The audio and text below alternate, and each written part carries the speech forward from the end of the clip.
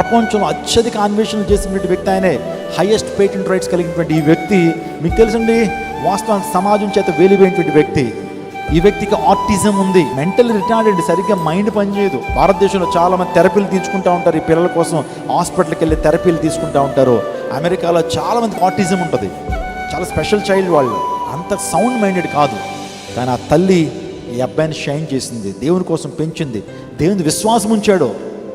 నా ప్రభువు నన్ను వెలిగించాడు, ఈ ప్రపంచాన్ని నేను వెలిగించాను అంటాడు. స్తోత్రం చెప్పడం హల్లెలూయా. ఈ ప్రపంచాన్ని నేను వెలిగించాను, లైట్ని కనిపెట్టాను అన్నాడు. స్తోత్రం చెప్పండి.